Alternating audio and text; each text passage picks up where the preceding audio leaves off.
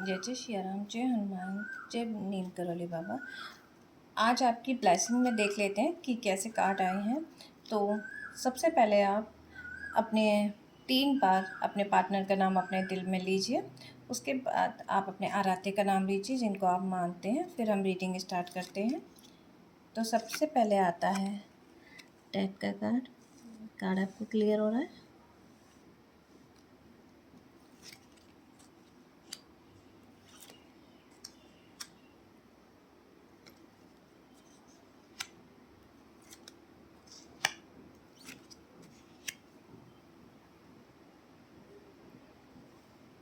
मेरे डेस्क पे रखे हुए कार्ड आपको क्लियर हो रहे हैं?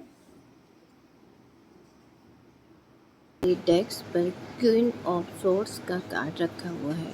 धनु राशि वालों के लिए ये कार्ड लव लाइफ के लिए बहुत ज़्यादा ईमानदारी और बाउंड्री के बारे में बता रहा है। दिमाग से काम लें। ये कार्ड आपको संकेत दे रहा है कि इस समय आपको प्यार के मामलों में भावनाओं में बहने के बजाय अपनी बुद्धि और तर्क लॉजिक का इस्तेमाल करना चाहिए। यदि कोई रिश्ता आपको भ्रमित कर रहा है तो सच्चाई को देखने का समय यही है।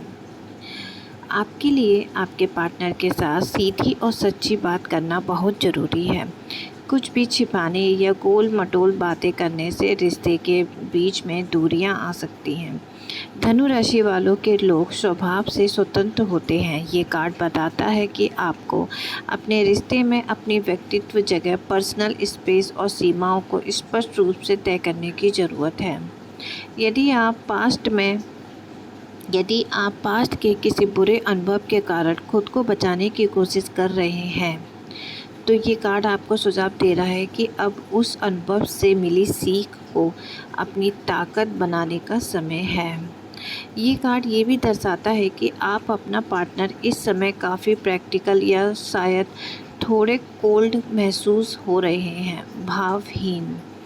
धनु राशि के लिए आज का दिन अपनी गति और खुद तय करने के लिए और किसी ऐसे रिश्ते के लिए समझौता न करने का है जो आपकी ज़रूरतों को पूरा नहीं कर सकता। अगर आप इनमें से किसी भी बात के लिए संतुष्ट हैं तो कमेंट बॉक्स में लिख दीजिए जय जय श्री राम, जय हनुमान, जय नीम करोली बाबा। आपका दिन शुभ हो। पास्ट के बारे में मैं आपको एक बात बताना चाहती हूँ। सेजिटेरियन राशि होने के नाते आपकी आज़ादी और आपकी सच्चाई आपके लिए बहुत मायने रखती है। ये कार्ड 19 की बातों से जुड़ा हुआ है जो ये इस समय सेजिटेरियन है। अतीत में आपके अपनी भावनाओं को किनारे रखकर दिमाग से कोई ऐसा बड़ा फैसला लिया था, बताइए। हो सकता है कि आपने किसी ऐसे व्यक्ति या स्थिति को खुद से दूर किया हो जो आपकी तरक्की और मानसिक शांति भंग कर रहा था।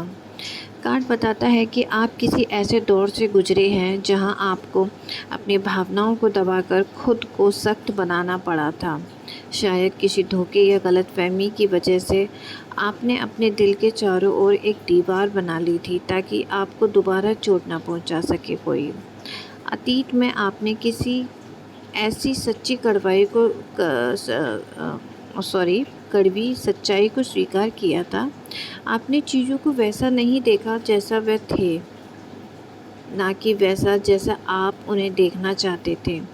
यह आपकी मैच्योरिटी को दर्शाता है। मुमकिन है कि पिछले कुछ समय में आपने अकेले रहना सीखा है और अपनी खुद की कंपनी का आनंद लिया है। इसने आपको ये समझने में मदद की है कि आपको असल में कैसा पार्टनर चाहिए। अतीत के ये अनुभव आपको कठोर बनाने के लिए नहीं बल्कि आपको स्पष्ट बनाने के लिए थे। क्वीन ऑफ सोर्ड्स कहती है कि जो घाव आपको मिले हैं वे अब आपके विजडम बन चुके हैं। Thank you so much. आपका दिन शुभ हो।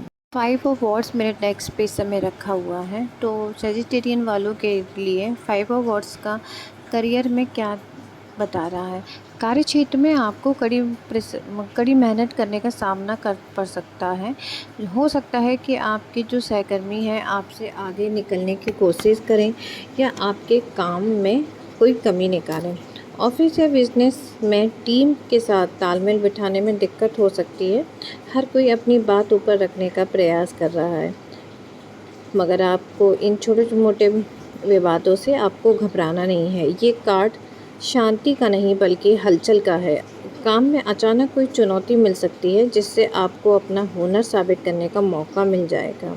हालाँकि ये संघर्ष थका देने वाला लग रहा है, लेकिन यह आपके करियर की ग्रोथ के लिए ज़रूरी है। ये कार्ड कहता है कि अपनी बात को मजबूती से रखें, लेकिन दूसरों की राय भी को सम्मान देना भी ज़रूरी है। धनु राशि वाले के लोग स्वभाव में उत्साहित और ऊर्जावान होते हैं। इस समय आपको अपनी ऊर्जा को बहस में बर्बाद नहीं करना, काम की क्वालिटी पर ध्यान देना है। अगर आप नौकरी बदलने या नए बिजनेस की सोच रहे हैं तो ये समय आपके लिए बहुत ही चुनौतीपूर्ण रहेगा। अगर आप अपनी काबिलियत से उसे पार कर लेते हैं तो बेशक आप कर सकते हैं।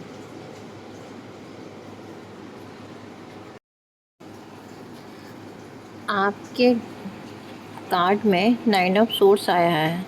ये कार्ड बहुत तेज़ी से ऊर्जा और स्पष्टता और कभी-कभी जल्दबाजी का प्रतीक है।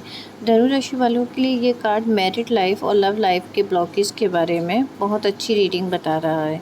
इस कार्ड का आना ये दर्शाता है कि अब रुकने का समय ख़त्म हो गया है। जो बातें काफ़ी समय से अटकी हुई थी या ये ब्लॉकेज महसूस हो रही थी, अब वे अचानक ख़त्म हो जाएंगे। आप या आपके पार्टनर अब आपसे खुलकर बात करेंगे।